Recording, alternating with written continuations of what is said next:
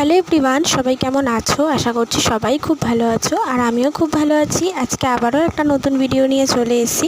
তোমরাও ভিডিওটা শেষ অবধি দেখতে থাকো, আশা করছি তোমাদেরও খুব ভালো লাগবে। আজকে অনেকটা সকাল সকাল ঘুম থেকে উঠে গেছি আর আজকে না সকাল থেকে বাইরে প্রচণ্ড পরিমাণে রোদ আর তার সাথে না প্রচণ্ড পরিমাণে গরম। আসলে এই কয়েকদিন ধরে তো বৃষ্টি হচ্ছে না, তো সেই কারণে গরমটা একটু বেশিই লাগছে। আসলে আমরা না সত্যিই এরকম, যখন প্রচণ্ড পরিমাণে বৃষ্টি হয় তখন বলি একটু রোদ উঠলে ভালো হতো, আবার যখন খুব রোদ ওঠে তখন মনে হয় যদি একটু বৃষ্টি হতো ভালো হতো। আসলে আমরা নিজেরা কী চাই আমরা নিজেরাও ঠিক জানি না।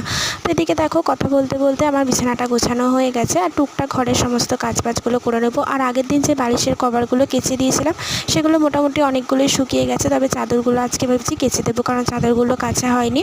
তো এদিকে বালিশের কভারগুলো সমস্ত নিয়ে এসে গুছিয়ে রাখলাম। আর এদিকে এই টেবিলটা জিনিসপত্রগুলো একটু ছড়িয়ে ছিটিয়ে ছিল আর কি। এখন খুব একটা অগোছালো থাকে না। আসলে কি জানো তো, জায়গার জিনিস যদি জায়গাতেই রাখি না ইউজ করার পর, তখন সেই জিনিসটা অগোছালো হয় না। তবে যদি না জায়গার মতন রাখি তখনই জিনিসপত্র এদিক ওদিক হয়ে যায়। তাই আমি চেষ্টা করি সবসময় জায়গার জিনিসটা জায়গাতেই রাখার।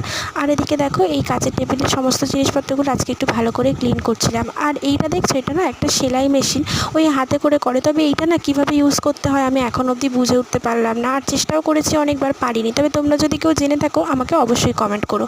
তারপরে চলে গেছিলাম ছাদে, আর আমাদের ছাদে দেখো পেঁপে গাছের পাতাগুলো কি বড় বড় হয়েছে না। আর তার সাথে ভেতরে দেখলাম একটা গন্ধরাজ লেবুর গাছটা অনেকটাই বড় হয়ে গেছে। আর বেশ অনেক দিন বাদেই না আজকে ছাদে গেলাম, ছাদে তো সেরকম একটা যাওয়া হয় না। তারপরে নিচে এসে স্নান টান করে নিয়েছি, আর ছাদের কাছে একটা অপরাজিতা ফুল পেয়েছিলাম, তুলে এনে শিব ঠাকুরকে দিয়েছি, কারণ শিব ঠাকুরের তো অপরাজিতা ফুল ভীষণ প্রিয়। তারপরে পুজো দেওয়ার পরে এখন চলে এসেছি ব্রেকফাস্ট নিয়ে। ব্রেকফাস্টটা করে নিয়ে তারপরে আছে ঘরে না একটা কাজ করব, সেটা হচ্ছে আমার ওই আলমারি থেকে সমস্ত জিনিসপত্রগুলো বার করেছি। বেশ অনেক দিন হলো আলমারিটা গোছানো হয়নি, তাই সমস্ত জিনিসপত্র বার করে ভালো করে গুছিয়ে রেখেছি। আসলে সব জিনিসপত্র না এদিক ওদিক হয়ে গেছিলো। তো সমস্ত জিনিসপত্র ঠিকঠাক করার পরে এখন দুপুরবেলা বসে গেছি লাঞ্চ করতে। লাঞ্চে ছিল ভাত, এখানে ডালের বড়া, ঢেঁড়স আলুর তরকারি, ডাল আর আলু সিদ্ধ। তারপরে খাওয়া দাওয়ার পরে যে ও পড়তে এসেছিলো ওকে পড়াচ্ছিলাম। তো চলো আজকের ভিডিওটা এই পর্যন্ত।